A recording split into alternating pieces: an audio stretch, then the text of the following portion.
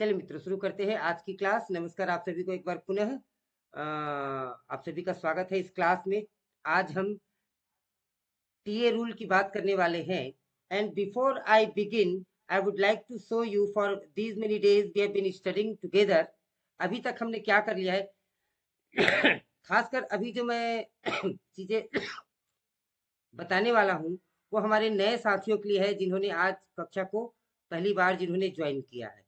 तो मित्रों, मैं आपको बताना चाहूंगा, ऑफिस प्रोसीजर पे हमने क्लास कंप्लीट कर ली है और इसके 2 वीडियोस मैंने डाल दिए हैं ग्रुप में। अब उसके बाद हम करने वाले हैं टीए रूल। तो टीए रूल भी आज हम कंप्लीट कर लेंगे, I am sure of it.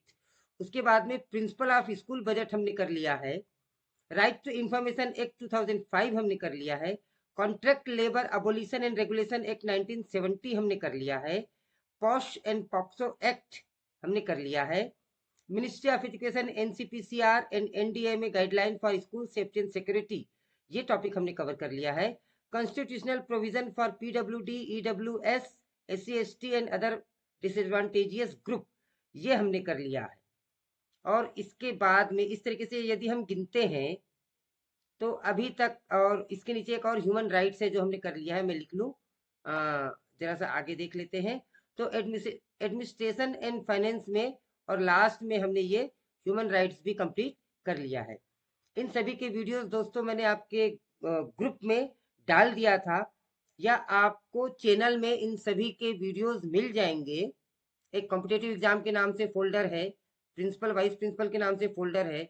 मित्रों, ये बताने का, लिखने का मेरा उद्देश्य ये है, कई बार क्या होता है जब हम कोई मेहनत का कार्य करते हैं तो अपने आप को पॉजिटिव फीडबैक देते रहना जरूरी है। आप अपने आप को ऐसा फीडबैक दे सकते हैं कि मैंने 9 टॉपिक कंप्लीट कर लिए हैं, और यदि नहीं किए हैं तो बहुत जल्दी आप कर लीजिए। 9 टॉपिक आप कंप्लीट कर लेते हैं और उसके बाद में आपके पास केवल 9 टॉपिक रह जाता है। 1, 2, 3 और ये 4, मेडिकल रूल 5, और फिर इनकम टैक्स 6, और उसके बाद में जनरल फाइनेंशियल रूल 7 और पेंशन रूल 8। तो 9 टॉपिक आप कर चुके हैं और 8 टॉपिक आपके पास बाकी है। हालांकि ये 8 टॉपिक बड़े बड़े टॉपिक है और जो 9 टॉपिक हमने किए हैं वो छोटे छोटे टॉपिक है, परंतु फिर भी 50% of syllabus as far as chapters are concern we have done. That will definitely give you confidence my dear friends. you will be confident enough thinking that I have completed these many topics। तो चलिए फिर से शुरू करते हैं दोस्तों। एक बार मैं पुनः बता दूं, इन सभी के वीडियोस ग्रुप में मौजूद है, और नहीं है तो एक पीडीएफ शेयर किया गया था सान्या मैडम के द्वारा, उससे पहले मैंने शेयर किया था। उसमें आपको इन सभी वीडियोस की लिंक मिल जाएगी। कुछ दोस्त पीडीएफ के लिए परेशान हो रहे थे, पीडीएफ आपको डिस्क्रिप्शन बॉक्स के अंत में मिल जाएगा दोस्तों। आप उसे डाउनलोड कर सकते हैं, आप उसे प्रिंट कर सकते हैं। तो चलिए शुरू करते हैं आज का हमारा topic, travelling allowance, TA rules. मैं समझता हूं सभी को स्क्रीन दिख रही है।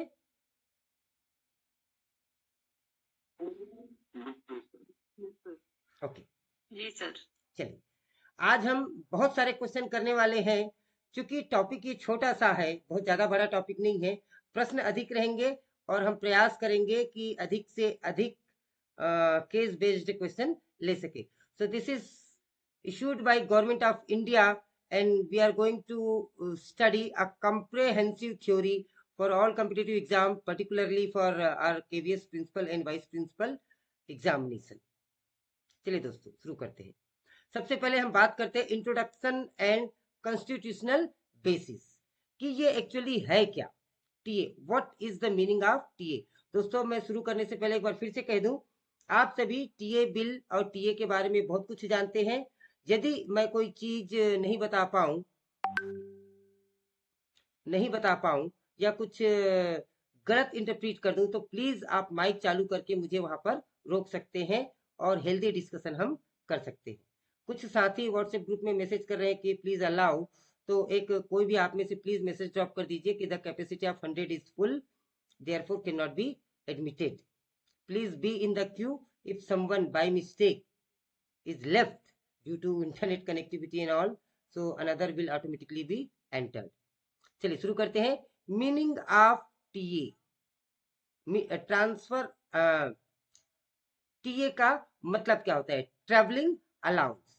सो ट्रेवलिंग अलाउंस इज कंपनसेट, पहले नंबर से प्रश्न चालू हो जाएगा, इज ए कंपनसेटरी अलाउंस। ये आपका पे नहीं है, ये कंपनसेटरी अलाउंस है granted to a government servant to meet expenses incurred during official travel. Incurred, what do you mean by incurred? Actually incurred का मतलब होता है, कौन है? सुनील सर कह रहे हैं sir I am allowing everyone. हाँ ठीक है sir, you please allow. incurred to suffer the unpleasant results of a situation that you have caused, मतलब अपनी गलती के कारण या अप्रिय परिणामों को जो हम भुगतते हैं। क्योंकि हम ऑफिशियल ड्यूटी में है तो एक्सपेंसेस हमें अपने आप को बियर नहीं करना है, बल्कि हमें ऑफिस देगा ड्यूरिंग ऑफिशियल ट्रेवल। ये तात्पर्य है एक बार फिर से।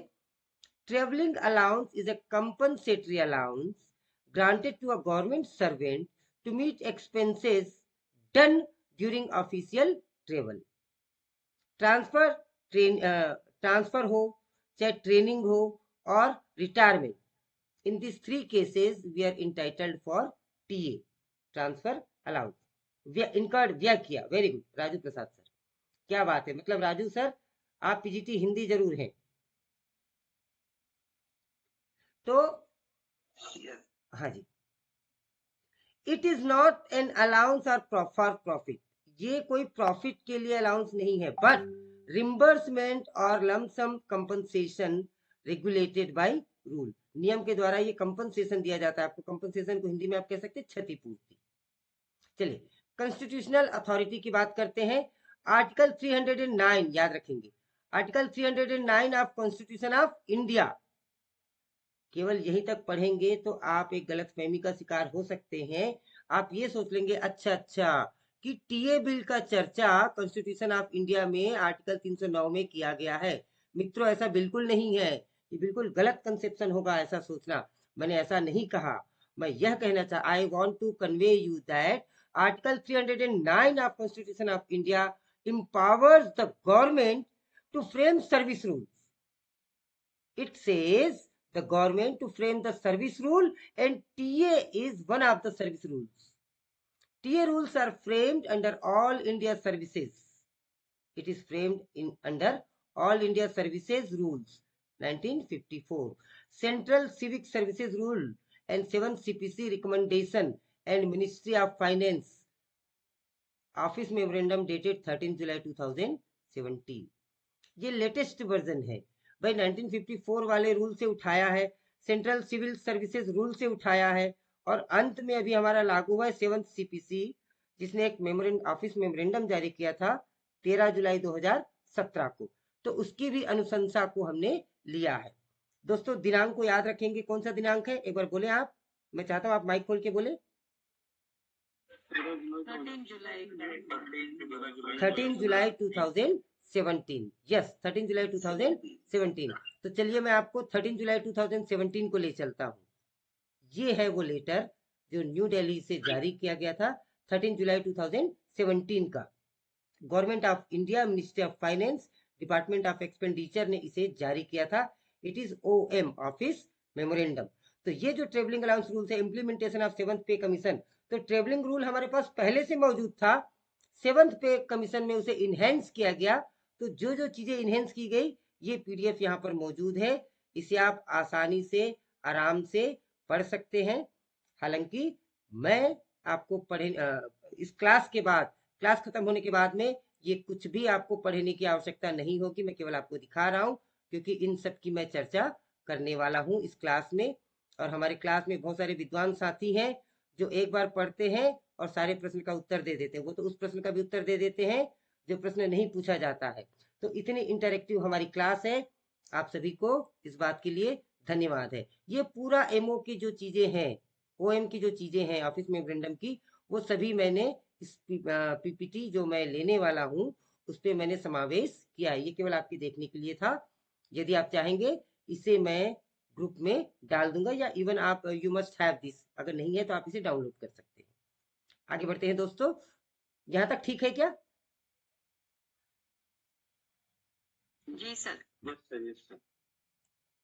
ऑब्जेक्टिव्स की बात करते हैं कि टीए रूल के क्या ऑब्जेक्टिव्स है, क्यों जरूरत पड़ती है इसकी, ताकि यूनिफॉर्मिटी इन ट्रेवल इंटाइटलमेंट में यूनिफॉर्मिटी बने रहे, fair compensation for official expenditure, official duty में आप गए हैं तो ऐसा नहीं है भाई कि आप अपनी जेब से खर्च करें, फेयर कंपनसेशन मिले आपको, फाइनेंशियल डिसिप्लिन रहे, और लास्टली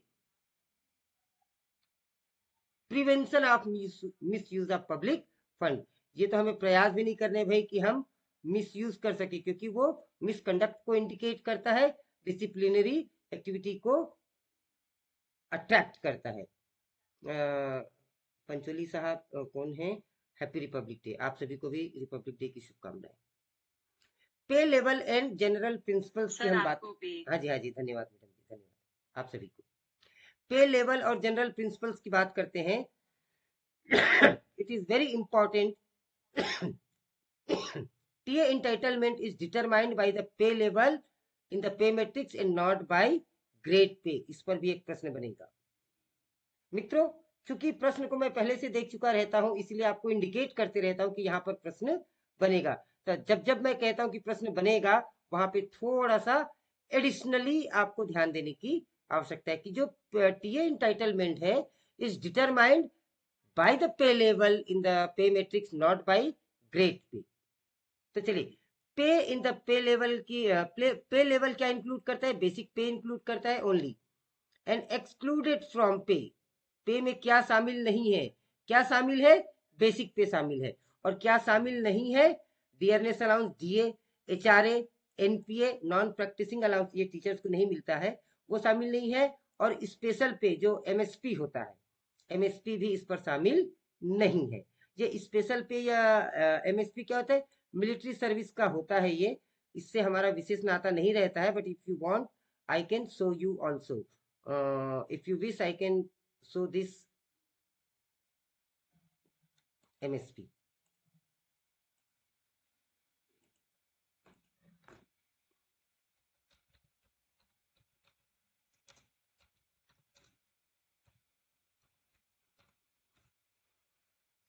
मिलिट्री सर्विस से रिलेटेड होता है ये MSP. It is a kind of special pay that is given, military service pay is special allowance provided to armed forces personnel in India to compensate for the unique hardships and challenges of the military services, including risk to life, physical demand, and prolonged separation from family। इन सब के कारण उन्हें MSP दिया जाता है।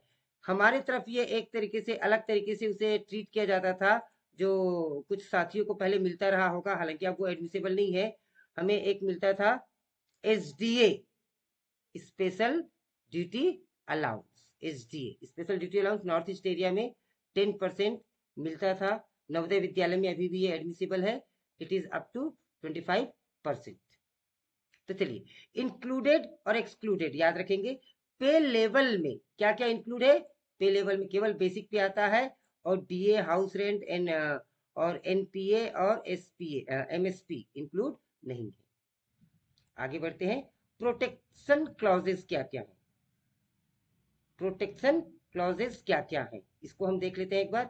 If after revision, यदि revision के बाद में an employee becomes entitled to a lower travel entitlement, revision होता है पे का, और उसमें अगर वो लोअर क्लास के लिए इंटाइटल्ड हो जाता है तो उसे तब तक हायर पे रिवाइज मिलता रहेगा जब तक the employee becomes eligible for a higher entitled pay. किसी की सैलरी नॉर्मली नहीं घटाई जाती, ना ही उनका इंटाइटलमेंट घटाया जाता है। आगे बढ़ते हैं दोस्तों, टीए ऑन टूर और ट्रेनिंग। जब हम ट्रेनिंग में जाते हैं, भी हमने लेटर देखा था एमओ, उसकी हम बात करते हैं, ये नया इंटाइटलमेंट है हमारा, travel entitlement with in India. ये सब हम जानते हैं, फिर भी एक बार पढ़ रहे हैं। यदि हम पे लेवल 14 एंड अबव में है तो बिजनेस क्लास या क्लब क्लास या एयर और AC first class in train we are entitle. अगर हम एयर की बात करें तो बिजनेस क्लास और क्लब क्लास के लिए एलिजिबल है, और ट्रेन की बात करें तो एसी फर्स्ट क्लास के लिए एलिजिबल है। लेवल 12 एंड 13 हमारे कुछ साथी होंगे इसमें सीनियरिटी के कारण, तो they are eligible for economic class air and first class AC. Normally 6 to 11 जो पीजीटी के हैं, they are entitled for economical class in air and AC second class. Level 5 and below people, they are entitled for first class AC third class and chair car. They are eligible for AC third class and chair car. एक और भ्रांति है दोस्तों कि तत्काल हमें reimburse नहीं होता है। मैं आपको बता दूं, तत्काल हमें बिल्कुल रिम्बर्स होता है। Even Rajdhani, Shatabdi, Duronto train are permitted. Dynamic fare, कुछ ट्रेन ऐसी होती है जिसमें डायनेमिक फेयर लगता है। एक होता है सीसी और एक होता है ईसी। सीसी होता है चेयर कार और ईसी होता है इकोनॉमिकल क्लास। चेयर कार की कीमत कम होती है, इकोनॉमिक क्लास की कीमत ज्यादा होती है। तो we are entitled for this as well. Even premium Tatkal charges are reimbursable. तो यदि कोई मित्र इस कंफ्यूजन में है कि तत्काल चार्जेस नहीं मिलते हैं, तो ध्यान रखें, हमें मिलता है and you can claim for that. Loyalty point, ये लॉयल्टी पॉइंट को थोड़ा सा ध्यान से समझिएगा, कंफ्यूजन होता है। Mileage point earn must be use only for official travel. यहाँ पे इसका तात्पर्य है कि आप सरकारी गाड़ी से जा रहे हैं और आपने 200 किलोमीटर की ट्रेवल की आने और जाने में, और उसको आप टीएडीए में भी क्लेम कर रहे हैं। ये नहीं करना है, ये माइलेज पॉइंट कहलाता है। Mileage point earn must be utilized, must be used for official travel. Private use of point attract departmental action. Simple सा रूल है। चलिए हम आगे बढ़ते हैं। डेली अलाउंस, दैट इज, बताइएगा माइलेज पॉइंट क्या होता है सर? जी एक बार बोले, मैं सुन नहीं पाया सर। सर माइलेज पॉइंट बताइए, क्या बताया सर? ये कैसे हम सुन नहीं पाया। अच्छा चलिए ठीक है, देख लेते हैं सर।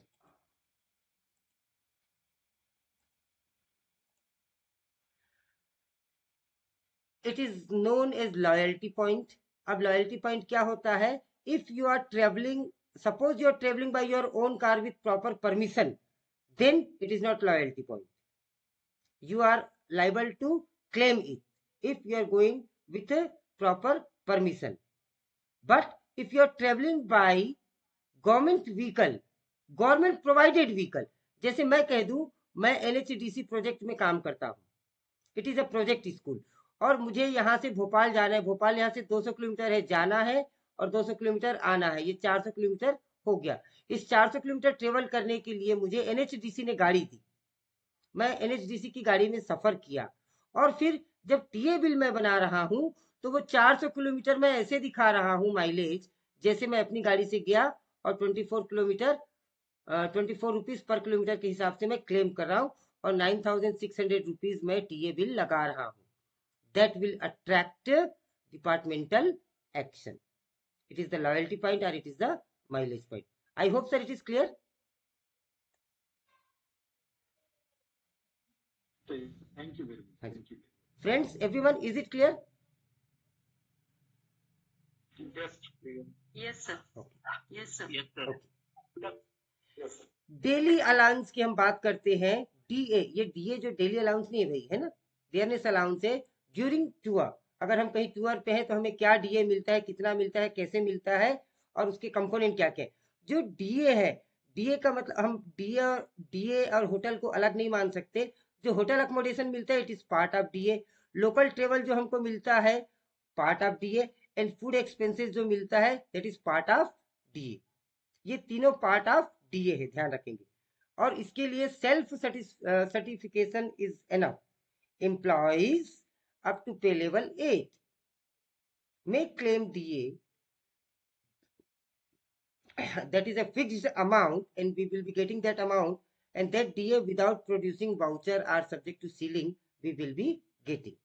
यदि हमारा इंटाइटलमेंट हमने ज्यादा खर्च किया है, then we need to submit the proof, and that is also not sure whether it will be passed or not. But जितना आपका इंटाइटलमेंट है उतना आप बिना किसी वाउचर के, बिना किसी production of the certificate you can avail it. Lump sum DA based on duration. Lump sum TA जो हमको मिलता है, इसमें भी हमको कंफ्यूजन होता है। हम सब जानते हैं, उसके बावजूद जब भी टीए बिल भरते हैं तो हम विद्यालय के किसी सीनियर टीचर से पूछते हैं, या जेएसए या एसएसए हमारा पैसा काट देता है, या हमें बोलता है कि आपने ज्यादा लिख दिया, कम लिख दिया। मित्रों बहुत ही सरल है, सिंपल सी बात है। हमारा जो स्कूल होता है वो 6 घंटे का होता है, ध्यान रखें। हमारा जो स्कूल आवर होता है 6 घंटा 10 मिनट का होता है। तो ड्यूरिंग स्कूल आवर या कहीं भी आपको रिलीव किया गया और आपका काम 6 घंटे 10 मिनट से पहले खत्म हो जाता है, उस दिन का आप डीए क्लेम नहीं कर सकते, फूड बिल आप नहीं लगा सकते, क्योंकि वो तो भाई आप स्कूल में ही थे, नॉर्मली आप रहते ही हैं।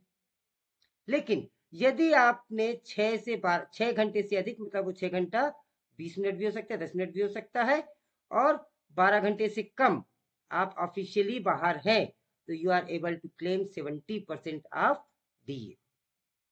आपको जो 1,000 रुपया मिलता है फूड बिल का, तो उसका 70% मतलब 700 रुपीज आप क्लेम कर सकते हैं, यदि 6 से 12 घंटे आप बाहर हैं तो। ये खासकर तब हमको प्रॉब्लम आती है कि हमको स्कूल ने तो रिलीव कर दिया है भाई मॉर्निंग से, आज 26 जनवरी है, तो हम ये मान के चले, मैं एग्जांपल से समझा देता हूँ, 27 जनवरी 2026 को कोई मित्र हमारा रिलीव्ड है पटना जाने के लिए। पटना जाने के लिए वो रिलीव्ड है 27 की सुबह से, ठीक है। अब उसने ट्रेन पकड़ी दोपहर को 3 बजे 3:30 पे, और शाम को 6:30 में पहुंच गया। अब वो डीए क्लेम करना चाहता है पूरे दिन का, तो उसे नहीं मिलेगा। उसे ये कहा जाएगा कि भाई 3:30 आपने जर्नी स्टार्ट की, before 3:30 you are liable for yourself, because you came into journey, you came into official duty at 3:30। दोस्तों बहुत ध्यान से सुनिए। वहीं पे मैंने सुबह 10 बजे यात्रा चालू की और मैं शाम को 4 बजे अपने गंतव्य स्थान पर पहुंचा। I am liable to get this 70% of DA, sorry 100% of DA, because I have travelled, I started my travel and have reached destination. तो वाइस वर्सा, इन सब चीजों का ध्यान रखेंगे आप। यदि 6 से 12 घंटे आप ड्यूटी पे हैं तो 70%, एंड मोर देन 12 आवर्स है तो 100% you can claim for DA. दोस्तों मैं क्लियर हूं इस मामले में? Yes, sir. Journey by road, हाँ सर, less than 6 hours से 30% होता है। नहीं sir, document less than 6 hours से 30%। सर नीलेश जी आपकी आवाज क्लियर नहीं हो रही, आप कुछ बोलना चाह रहे तो अच्छे से बताएं। अशोक डावर जी आपकी भी आवाज नहीं आ रही। 30% लमसम होता है। If it is less than 6 hours it is 30%। Yes sir, yes sir, अच्छा, is it sure sir? sir, sir, we are getting 30%. Sir, Dewangan sir बिल्कुल सही। Less than 6 hour 30%, 6 to 12 70, more than 12 it's 100%. अच्छा डावर साहब बहुत बहुत धन्यवाद। अशोक जी जी सर, थैंक यू सर। ये जी सर, डाउट हाँ कोई डाउट है? जी सर, जैसा रूल्स में लिखा है, जो ओएमजी है उसकी में भी लिखा है कि absence from headquarter will be reckoned from midnight to midnight on daily basis. हाँ तो midnight to midnight, जैसे आपने बताया फिर 30 पे उसने जर्नी स्टार्ट किया, तो midnight होने तक तो उसका 6 आवर्स से ज्यादा हुआ ना, तो उस दिन का उसका 30% डीए तो बनेगा ना। सर ये आपने बहुत अच्छा प्रश्न पूछा, इस पे हम एक चर्चा आयोजित कर सकते हैं और अभी हम इस पे चर्चा करेंगे। Because what basically we practice in the school, normally we are governed by JSA and SSA. They say us ki sir because of this you are not entitled, and we believe it and we do not go through the rules. तो इस तरीके से जब हम platform में बैठते हैं तो अच्छी बात यह है कि हम इस पर अच्छी चर्चा कर सकते हैं। जैसे इस बात पे निकल के सामने आई, I was telling you something else and I was wrong here. 30% provision Dawar साहब ने, नितिन जी ने हमें बताया, and you have raised another question. So sir, we will count it one and we will keep it for discussion. All right sir? यदि आप सभी अनुमति दे आगे बढ़ते हैं, and at this point I have noted that we are going to discuss. हाँ, journey by road, sea and international travel. Journey by road, sea and international travel. Road mileage allowance as per 7 CPC it is 24 rupees kilometre. अभी भी ये कई जगह applicable नहीं हो रहा है, प्रिंसिपल अभी भी पुराने रेट से पे कर रहे हैं। Otherwise it is 12 kilometre earlier it was 12 rupees per kilometre. यहाँ पर एक बात ध्यान देने वाली है जो हम सभी जानते हैं, when the DA increases by 50%, the allowances increase by 25%। DA जब 50% टच कर लेता है, इंक्रीज हो जाता है, तो माइलेज 25% बढ़ जाता है। ये चिल्ड्रन एजुकेशन पर भी लागू होता है। इंटरनेशनल रोड माइलेज तो स्टेट गवर्नमेंट अकॉर्डिंग ये sir actually we should be govern by the central government, but मैंने वही बोला ना कि principal to principal, JSA and SSA, they govern their own rule, and even in our Kendriya Vidyalaya in nearby schools rules are found different while paying. लेकिन वो हमें हमारा school क्या देता है, हमें उस पर ध्यान ना देके जो ऑथेंटिक रूल है हम एग्जामिनेशन उसके बेसिस पे देंगे। चलिए, इंटरनेशनल ट्रेवल इंटाइटलमेंट की हम बात करते हैं। 24 वहाँ है जहाँ पर स्टेट ने अपने रूल मतलब डिफाइन नहीं कर रखे अपने रेट। अच्छा, अदरवाइज स्टेट वाले ही लगेंगे, और अगर वो डिफाइन नहीं कर रखे तब वो 24 लगेगा। और जहाँ स्टेट ने डिफाइन कर रखा, क्लैरिफिकेशन दूंगा सर। हेलो जी मैंने जी इसमें प्लीज लंबा एग्रीवेंस चला था सर, तो बल्कि मैं अपना सर एक्सपीरियंस शेयर कर रहा हूँ। सर मैं आपसे निवेदन करूंगा, बल्कि आप अपना वीडियो चालू कर लीजिए सर। No sir. जी अमित जी। जी सर। हाँ प्लीज। दिखाई दे रहा है? हाँ सर, आप दिखाई दे रहे हैं और सुनाई भी दे रहे हैं जी सर। उसमें ऐसा होता है कि मैंने एक्सपीरियंस फिर RO लेवल पे भी नहीं क्लियर हुआ तो हेडक्वार्टर को भी किया था जब ट्रांसफर मेरा हुआ था कश्मीर में। तो वहाँ क्या था कि उसने बोला कि डायरेक्टर जो रिप्लाई आया फाइनल उसमें ये था कि डायरेक्टरेट ऑफ ट्रांसपोर्ट का अगर उस स्टेट का रेट है और ये 24 और 12 वाला जो रेट है, इन दोनों में जो मिनिमम होगा वो लेंगे। और अगर वहाँ के डायरेक्टरेट का अगर रेट नहीं है तो नेबरहुड रेट स्टेट्स के रेट को लेंगे। नेबरहुड स्टेट्स के डायरेक्टरेट ऑफ ट्रांसपोर्ट का रेट अगर वो नहीं है तो 24 और 12 वाले रेट से करेंगे, जो कि अभी बढ़ के 25% बढ़ के 30 और 15 का चल रहा है। जी जी यही था। ठीक sir, thank you Amit ji. तो चलिए, so what I have told you, we will be governed basically by the rules। हम ये देखेंगे कि रूल क्या कहता है। Now this 24 has increased to 30 and this has increased to 50, still state rules are applied। जैसा कि सर ने बताया, डावर साहब ने भी बताया कि जहाँ पे स्टेट रूल अपने बना रखे हैं वो स्टेट रूल गवर्न होगा, और जहाँ स्टेट ने रूल नहीं बना रखा है तो सेंट्रल गवर्नमेंट के रूल को एप्लीकेबल माना जाएगा। चलिए sir, thank you both of you, thank you very much for the contribution. Sir neighbouring state वाला भी क्वेश्चन कर सकता है, लेकिन ना सर अगर मान लो यहाँ से क्वेश्चन पूछता तो नेबरिंग स्टेट वाला भी अगर कहीं पे ऑप्शन देता है तो हमें उस पर भी हमको ध्यान देना है। ये केस बेस्ड क्वेश्चन में इस तरीके से आ सकता है कि यदि किसी स्टेट का अपना किसी स्टेट के डायरेक्टरेट का टीए पर कोई रूल नहीं है तो कौन सा रूल एप्लीकेबल होगा, और अगर उसके ऑप्शन में नेबरिंग स्टेट दिया हुआ है तो we will mark neighbouring state, right sir?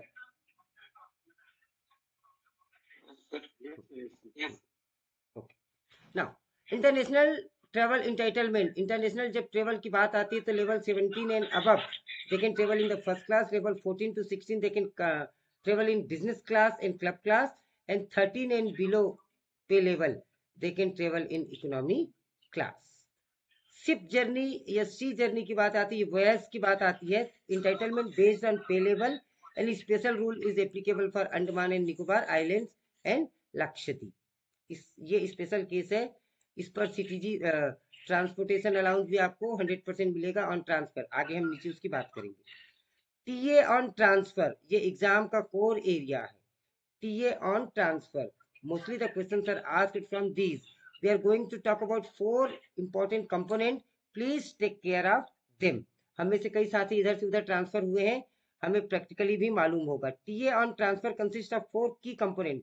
The very first, travel for self and family, आपके लिए तो मिलेगा ही मिलेगा, प्लस आपकी फैमिली के लिए आपको मिलेगा। Second, composite transfer grant, that is known as CTG। composite transfer grant, you are eligible for that. Transportation of personal effect. Personal effect का मतलब क्या होता है?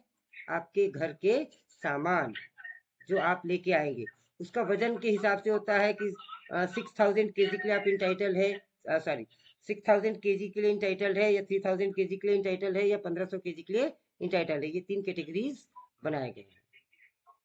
और ट्रांसपोर्टेशन ऑफ कन्वेंस, यदि आपके पास कार है उसे लाने के लिए भी जो खर्च होता है, बाइक है उसे लाने के लिए जो खर्च होता है, that also will be borne up by the government, उसके लिए भी आप इंटाइटल होते हैं। इसमें सबसे इंपॉर्टेंट है सीटीजी क्या है, सीटीजी कितना कितना एडमिसिबल होता है, इस पर हम चर्चा कर लेते हैं। नॉर्मल ट्रांसफर यदि आपका होता है distance within 20 kilometre or more, तो 80% of last basic pay you are entitle to get a CTC, composite transfer grant. यदि आपका आइलैंड में ट्रांसफर होता है, Andaman Nicobar and Lakshadweep and all, तो 100% ऑफ लास्ट बेसिक पे, ये एक्सेप्शन रूल है, ध्यान रखिएगा। और यदि शॉर्ट ट्रांसफर आपका होता है लेस देन 20 किलोमीटर और होम टाउन का लेस देन 20 किलोमीटर होता है और आपका एड्रेस चेंज होता है, तो in that case half of 50% of transfer composite transfer grant will be can be availed by you। ये 3 क्लॉज है, तीनों क्लॉज आप अपने आप अच्छे से ध्यान रखेंगे। एक और रूल बनता है इसमें, हस्बैंड और वाइफ यदि है और दोनों ही जॉब में है, तो ट्रांसफर विद इन 60 डेज, 60 दिन के अंदर एक ही स्टेशन में, पहले हस्बैंड का या वाइफ का, बाद में जिसका भी हो, और दोनों के बीच 60 डेज का गैप नहीं हो, तो second spouse not eligible for CTG. एक ही स्टेशन पे दोनों का ट्रांसफर होता है तो एक को ही कंपोजिट ट्रांसफर ग्रांट मिलेगा। If it is after 60 days तो 50% of composite transfer grant is eligible to second spouse. ये नियम भी आप ध्यान रखेंगे, छोटा सा है परंतु इंपॉर्टेंट नियम है। बिल्कुल अंतिम स्लाइड में है हम ट्रांसपोर्ट। अय्यो माँ, दर्द है यार, सो जाओ, जाओ सो जाओ, सुनने भी नहीं देते हैं। हाँ चलिए, सबने सुन लिया। शॉर्ट सबने सुन ट्रांसफर पर 33% मिलता है क्या? जी, शॉर्ट ट्रांसफर पर 33% मिलता है।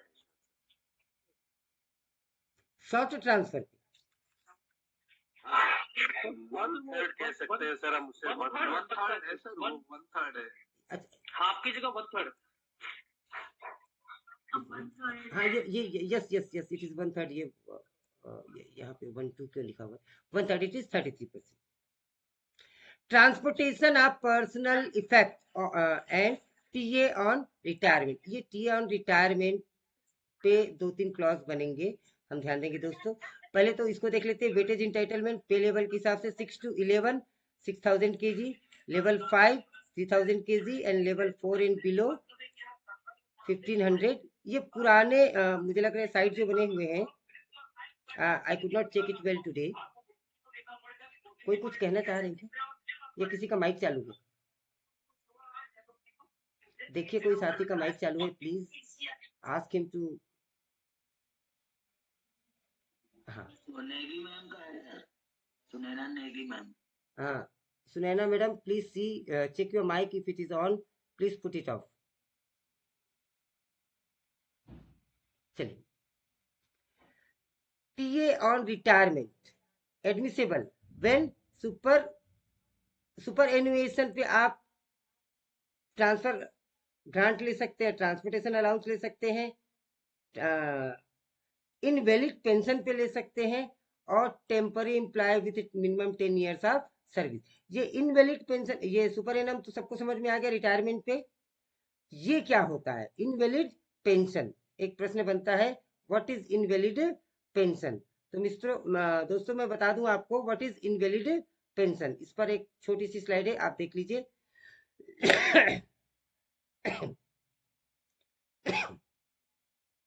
ये बेसिकली हम पढ़ेंगे जब हम rule 38 of CCS pension rule पढ़ेंगे, तब उसमें डिटेल से पढ़ेंगे ये इनवैलिड पेंशन के बारे में। लेकिन एक इनवैलिड पेंशन होता है, what is that? In a case when any disease और injury that is not attributable or not aggravated to the government duty cause any bodily और मेंटल इन्फॉर्मिटी, ये attributed और नॉन एग्रावेटेड दोनों को मैं define करने वाला हूं। On government duty, it causes any bodily or mental infirmity which permanently which makes you permanently incapacitate the employee for the service। यदि वो सर्विस के लिए उसे परमानेंटली इनकेपेबल बनाता है तो in that case invalid pension में भी granted if a government servant applies for retirement from the service। Government duty perform करते समय यदि उन्हें मानसिक या शारीरिक इस प्रकार की क्षति होती है कि अब वो परमानेंटली क्षति होती है कि अब आगे वो कार्य करने में असक्षम है, तो वो वैलिड पेंशन के वो रिटायरमेंट मांगते हैं, तो such retirement is known as valid invalid pension. The request for invalid pension has to be supported by medical report from the competent medical board. आपको उसके लिए प्रॉपर डॉक्यूमेंटेशन देने की आवश्यकता होगी। ऐसा नहीं है कि आप अपने मन से ही आपने अपने आप को इनवैलिड पेंशन के लिए एलिजिबल बना लिया। व्हेन ये अट्रिब्यूटेबल टू गवर्नमेंट सर्विस क्या है? When any injury was caused due to permanence of government duty, it is called attributable to government service. Example, a government servant while performing his or her duty suffered an accident and got injured because of the job। कोई अंडमान निकोबार द्वीप समूह में है और या किसी एकदम high altitude वाले प्लेस में उसे अस्थमा का शिकार हो गया वो, and now he is unable to do the job। Aggravated to government service, when any disease was caused during the performance of government duty, it is called aggravated to government service। For example, a government servant while performing his duties on high altitude areas suffered from asthma, so such diseases will be known as aggravated to government service, and these will liable him to enjoy invalid pension on his own request. TA not admissible, ये इस समय इन 3 में admissible होता है और इन 2 में not admissible होता है। कब?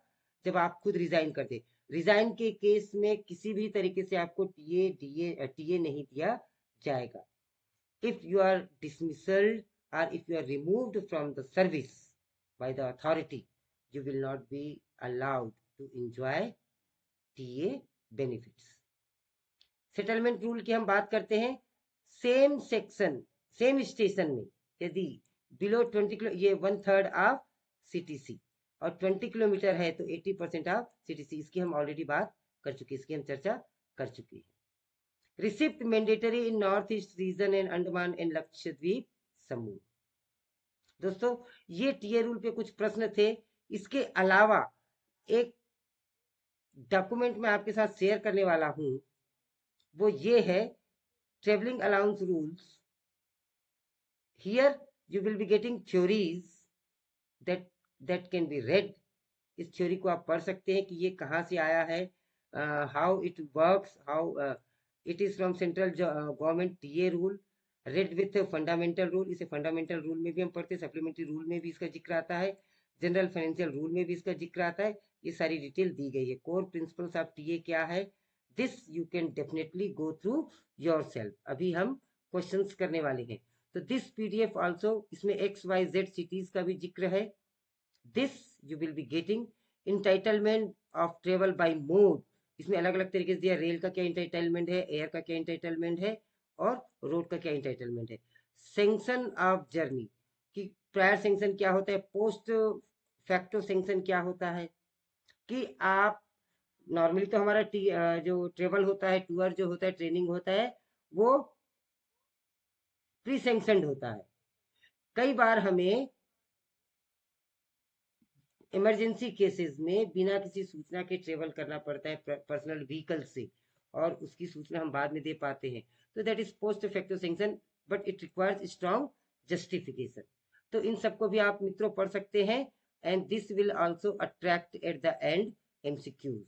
तो चलिए हम आज के जो एमसीक्यूज हमने डेजिग्नेट कर रखे हैं, हम उसकी चर्चा करते हैं। तो क्या आप सभी तैयार हैं एमसीक्यूज के लिए? हम आगे बढ़े, मोनिका मैडम? चलिए ऊपर उपाध्याय जी, हाँ चलिए सभी रेडी हैं आई थिंक, तो अपने अपने माइक चालू कर लीजिए and we are going to proceed. आप उत्तर दे सकते, प्लीज ध्यान रखेंगे बैकग्राउंड का नॉइज ना हो। MCQ practices 15 question we are going to take. TA is a profit allowance?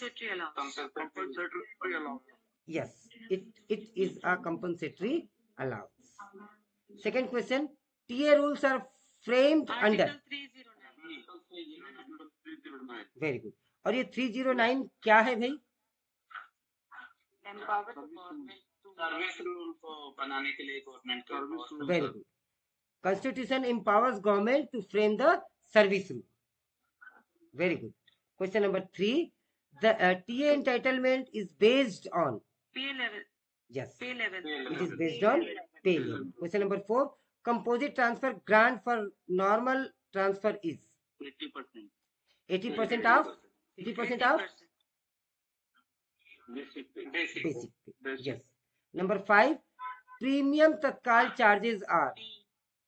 Reimbursable. Reimbursable. Very good. B. इसमें दुरंतो, B. शताब्दी, ये सब भी आ गए हैं। अब क्वेश्चन नंबर 6 की ओर बढ़ते हैं। DA for absence of 10 hours? 70%. 70%.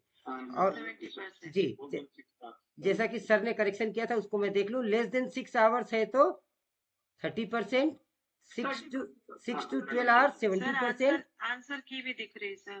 अरे अरे अरे, ये तो पाप हो गया भाई। हाँ चलिए क्षमा चाहेंगे मेरा। उसके बाद में mileage for own car is? 20 kilometers. 24. Sir, 30. 30 हो गया। अभी देखिए ये चलो इस क्वेश्चन को हम इनवैलिड कर देते हैं, बाकी ये सबके उत्तर सही है। चलिए प्रश्न क्रमांक 8 की ओर आगे बढ़ते हैं। What entitlement for pay level 5? Pay level 5 के लिए 3000। देखिए 6000, पहले 6000 कीजिए, उसको आधा कर दीजिए 3000, फिर उसको आधा कर दीजिए 1500। 1500। जी चलिए अगले क्वेश्चन की ओर बढ़ते हैं। 100% सी। बाप रे, CTC for island transfer is 100%। TA on resignation? Not admissible. Very good. Pay for TA excludes? Both B and C. Very good. Yes, ये केवल बेसिक पे जो है वो इंक्लूड है और बाकी सब एक्सक्लूड है, क्योंकि प्रश्न एक्सक्लूड का इसलिए ऑल अदर्स। ठीक है। DA vouchers are mandatory up to? Level 10. Very good. Level 8. नहीं DA vouchers are mandatory, level 8 तक तो नहीं देना पड़ता sir. Level Level 10 only. 10. D is the answer. Hello sir, इसमें भी एक डाउट है। अब ये जो DA वाउचर है, इसमें पिछले साल एक लेटर आया था कि लेवल 11 के नीचे तक वाले को एग्जेंट कर दिया था वाउचर देने से। यस सर हमने तो नहीं दिया। Yes sir. अच्छा लेटर आया था ऐसा? हाँ एक अमेंडमेंट है तो उसको थोड़ा सा। अच्छा चलिए सर, बहुत अच्छा सर, धन्यवाद सर। देखिए ये विद्वान साथियों का समूह में ये हमारे सब वट वृक्ष हैं साथी, जो हम सबको छाया दे रहे हैं और हमें करेक्ट करें। सर धन्यवाद सर, इस पर इसे दोबारा देखिए क्लियर कर दो ये जी। एक बार क्लियर कर दो। सर लेवल 8 है मेरे हिसाब से, तो लेवल 10 नहीं। लेवल 8 था मैडम। नहीं इसका आंसर 11 के नीचे तक तो बहुत। सर इसका आंसर तो फिलहाल लेवल 10 है फिलहाल। ओके हाँ ओके ठीक है, आगे बढ़ते हैं। International travel for level 15 is? Level 15 का बिजनेस इकोनॉमी होगा। Business 13 and below is economy. It is economic. It is business class. अच्छा Yes. 14 and above. Now, question number 6. Transfer less than 20 kilometer gives 1/3. 1/3 CTG. 1/3 CTG. Mileage increased by dash percent when DA increased by 50%. 25%. 25. 25%. चलिए, अब हम case based question करेंगे. वो question मजेदार है, लेकिन एक उसमें थोड़ी सी समस्या ये हुई, आई could not separate the answer into it. इसीलिए उसे कंपटीशन मानने के बजाय हम अंडरस्टैंड कर लेंगे. Understand, we will understand and we will discuss it. और उसमें कुछ प्रॉब्लम होगी तो हम डिस्कस करते. चलिए, पहला प्रश्न, 10 प्रश्न लेंगे हम केवल. केस एक पहला ऐसा है, ये रिलेटेड, माइक थोड़ा सा बंद कर लें. डायनेमिक फेयर रिम्बर्समेंट की हम बात करते हैं. डायनेमिक फेयर रिम्बर्समेंट की कि vice principal in the pay level of 13 travels by Rajdhani Express with dynamic fare. Is it reimbursable admissible or not? Yes. Yes. It is admissible. As per 7 CPC TA rule, dynamic fare and premium tatkal charges are reimbursable for official duty. Full reimbursement is entitled. अब मैं प्रश्न को बदल रहा हूं. ये vice principal को मैंने पीजीटी लिख दिया और लेवल 13 को मैंने 8 कर दिया. अब बताइए,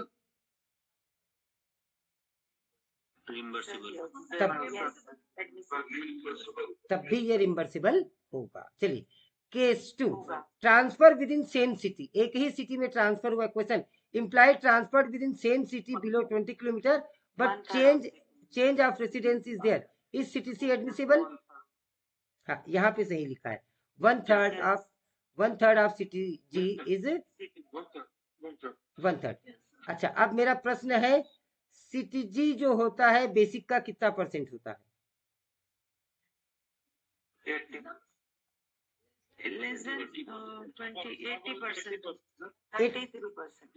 80% होता है और 80 का 1/3 होगा. फिर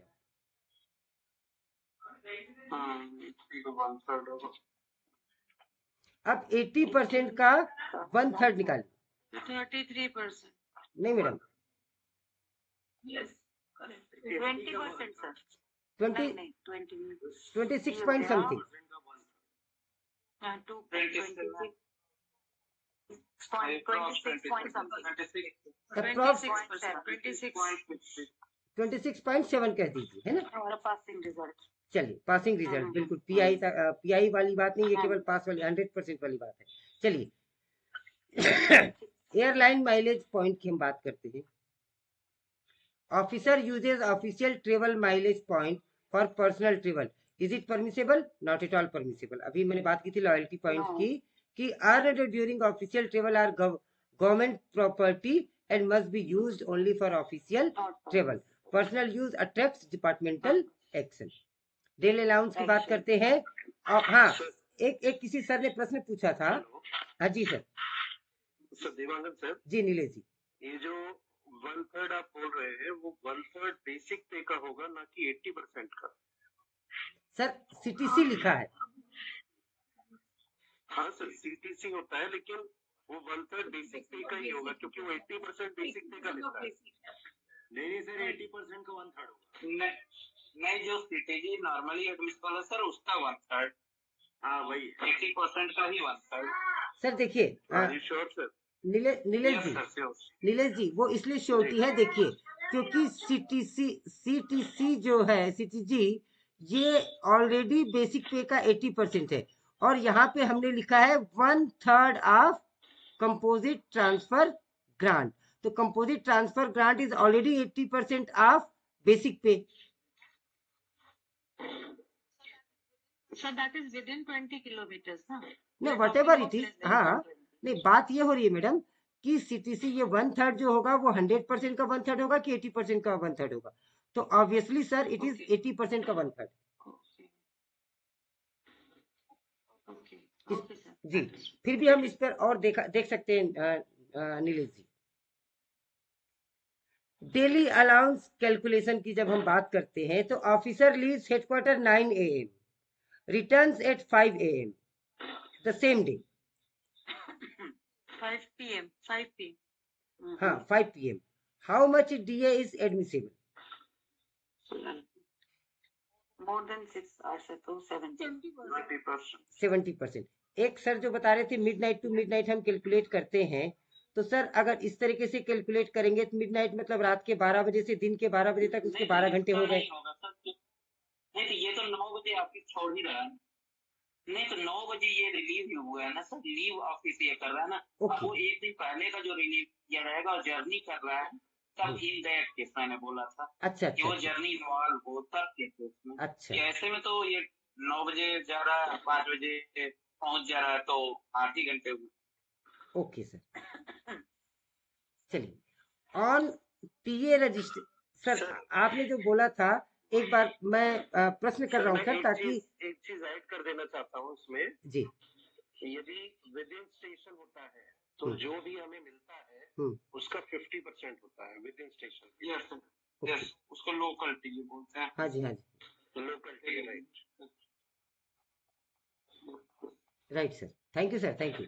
चलिए टीए ऑन रेजिग्नेशन बिल्कुल एडमिसेबल नहीं है, रेजिग्नेशन पर कोई भी नहीं टीए है, नहीं है। नहीं। अब देखिए नहीं ये मिलेगा। प्रश्न को घुमाने के लिए दिया है, employee resigns after 20 years of service. Normally वो जब वॉलेंटरी रिटायरमेंट लेता है उसकी पहले 20 साल मानी जाती थी, तो इस तरीके से घुमाने का प्रयास किया गया। रेजिग्नेशन वर्ड आ गया है, whatever service it may be, it is not admissible. Island transfer की जब हम बात करते हैं तो transfer to Andaman and Nicobar it is always 100% of 100% citizen जी। और एसी टैक्सी क्लेम की जब हम बात करते हैं तो पे लेवल 5 जो है, it is not admissible to pay level 5। Not admissible. Non AC is admissible. 3 और केस देखते हैं। सेल्फ सर्टिफिकेशन की बात करते हैं तो पे लेवल 8 विदाउट वाउचर के बाद admissible under self certification. Now case 9 की बात करते हैं। 18 किलोमीटर ट्रांसफर, तो ट्रांसफर बिलो 20 किलोमीटर में आ जाएगा तो 1/3 of CTG is admissible. CTG that is 80 26.6.7. Yes, yes. Yeah. Now, case 10, retirement in the same city. उसी शहर में वो रिटायर हुआ है। 1/3 हाफ नहीं 1/3 of CTG when settling in the same city. North east region में रिसिप्ट की आवश्यकता होती है, इसकी हम चर्चा कर रहे हैं। Not admissible without transport receipt. Lower class travel always we can do. हम अगर सेकंड क्लास के लिए टाइटल है, थर्ड क्लास में हमने ट्रेवल किया तो कोई पाप नहीं किया, बहुत अच्छा किया बल्कि। चलिए केस 13 की बात करते हैं। डीए इंक्रीज इम्पैक्ट 50% इंक्रीज होगा तो 25% ऑटोमेटिकली इंक्रीज हो जाएगा। और फूड बिल की बात करें तो under lump sum DA system claim admissible without food bill. हाँ जी। 14th हस्बैंड वाइफ ट्रांसफर की बात करते हैं तो both transfer within 60 days to same station, तो CTG to only one spouse. और आफ्टर 60 डेज होता है तो second spouse will get 50% of CTG। So friends, that is all about TA rule, and we have done around 30 questions, 15 for case based and 15 for this one. I hope this is enough for today, and please don't leave the class because we are going to discuss very important thing. Give your 5 minutes of yours, then we will finish with that. Thank you friends, thank you for watching. I'll stop the sharing screen. Sir एक जी प्रश्न पूछना था मुझे। जी please sir, बस 1 second का समय दीजिए मुझे, बस 1 सेकंड का। Yes sir. सर स्पाउस का ट्रांसफर होता है तो पर्सनल इफेक्ट्स का भी होता है क्या कुछ कि नहीं मिलेगा? 1 सेकंड सर, 1 सेकंड। मैं कहाँ गया?